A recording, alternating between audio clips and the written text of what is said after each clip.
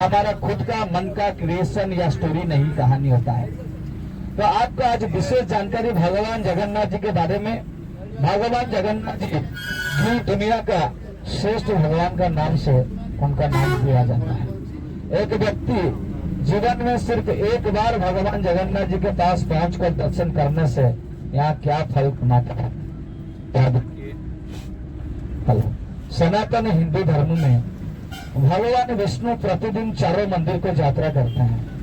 ये चारों मंदिर भारत में ही है, लेकिन भगवान विष्णु प्रतिदिन ये चारों मंदिर को क्यों यात्रा करते हैं, कब यात्रा करते हैं और जाकर वो वहां पर भगवान क्या करते हैं। याद रखिए, जब आज आप घूमने के लिए आए हैं, घर से होटल से निकलने से पहले आप नहा धोकर तैयार होकर आए हैं, या कल जब घर चले जाएंगे, आपका काम करने से पहले चाहे आपका खेती जाइए या घर में कोई काम कीजिए या दुकान में काम कीजिए या आपका ऑफिस जाके काम कीजिए, तो आप सुबह उठ के पहले नहा धोकर तैयार होकर घर से निकलते हैं।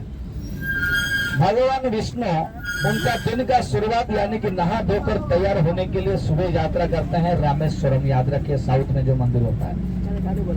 नहाने के बाद आप घर में पूजा करते हैं या मंदिर जाके पूजा करते हैं, भगवान को दर्शन करते हैं, फिर काम करने के लिए चाय नाश्ता करके निकल जाते हैं। तो भगवान उनका स्नान करने के बाद पूजा करने के लिए रामेश्वर से अगला मंदिर बद्री नारायण को यात्रा करते हैं। बद्री नारायण में भगवान से भी पूजा पाठ ध्यान करते हैं। उसके बाद आप चाय नाश्ता करके काम में लग जाते हैं।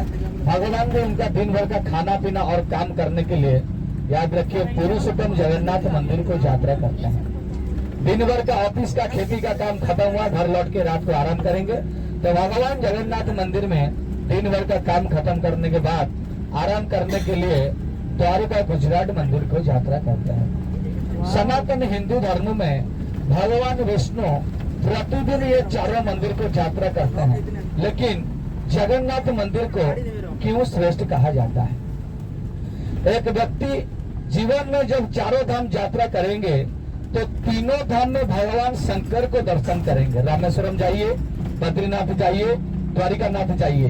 जब तीनों मुख्य मंदिर में जाएंगे, वहां पर भगवान भोलेनाथ को दर्शन करेंगे। सिर्फ एक मंदिर भगवान जगन्नाथ जी, जहां पर यात्रा करने से भगवान कृष्ण को जीवित आग दर्शन करता है जगन्नाथ शरीर में। याद रखिए, भगवान कृष्ण जो द्वारिका में उनका आखिरी शरीर को, प्राण को त्याग किए थे, ये शरीर छोड़ने से पहले व्यक्ति जीवन में कोई भी भगवान को एक बार भी पूजा नहीं करता है। जीवन में कोई भी भगवान को एक बार भी उपासना नहीं करता है।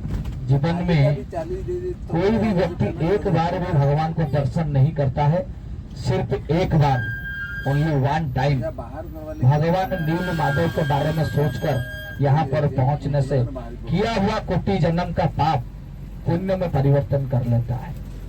जब ये जानकारी विद्यापति को पता चला तो तुरंत आकर वो महाराज के सामने बता दिया, महाराज, आपके आदेश के मुताबिक भगवान विष्णु का मूर्ति का संधान लेकर मैं जब पूर्व भारत में यात्रा किया तो वहां पर मुझे एक गांव मिला, पुरुषोत्तम। महाराज, ये गांव समुद्र के अंदर में था।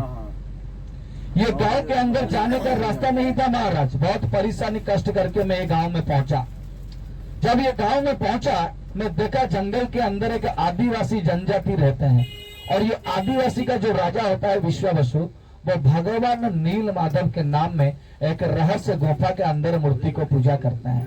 और राजा वो मूर्ति कोई भी व्यक्ति को वो मूर्ति का दर्शन या रहस्य गुफा की मार्ग बताते नहीं या दिखाते नहीं है।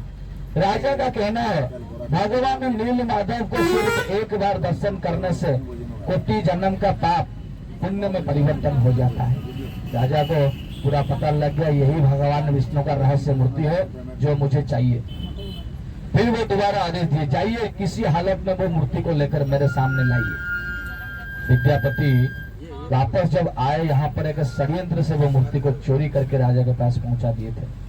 और जिस दिन राजा के पास भगवान नील माधव का मूर्ति पहुंचा था, अगले दिन ये दरबार से गायब हो गया था। और राजा को स्वप्न हुआ, महाराज इंद्रदेव, आपके पास जो भगवान नील माधव का मूर्ति जीवन में प्राप्त हुआ है, ये आपका सेनापति षड्यंत्र या चोरी से ये मूर्ति को आपके जीवन में लाए हैं। लेकिन ये आपके जीवन में नहीं रहेगी, ये वही रहस्य गुफा में मूर्ति चले जाएगी। आप बहुत बड़े विष्णु उपासक है, लेकिन भगवान विष्णु का जो द्वापर युग का शरीर, भगवान कृष्ण जिनका जीवित हृदय आपको नीम के लकड़ी के अंदर बांधा हुआ समुद्र के अंदर मिलेगा, उसी गांव के अंदर से मिलेगा।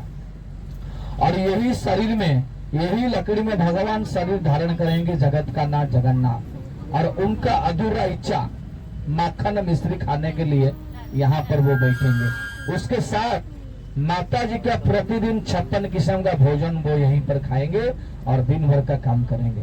भगवान जगन्नाथ जी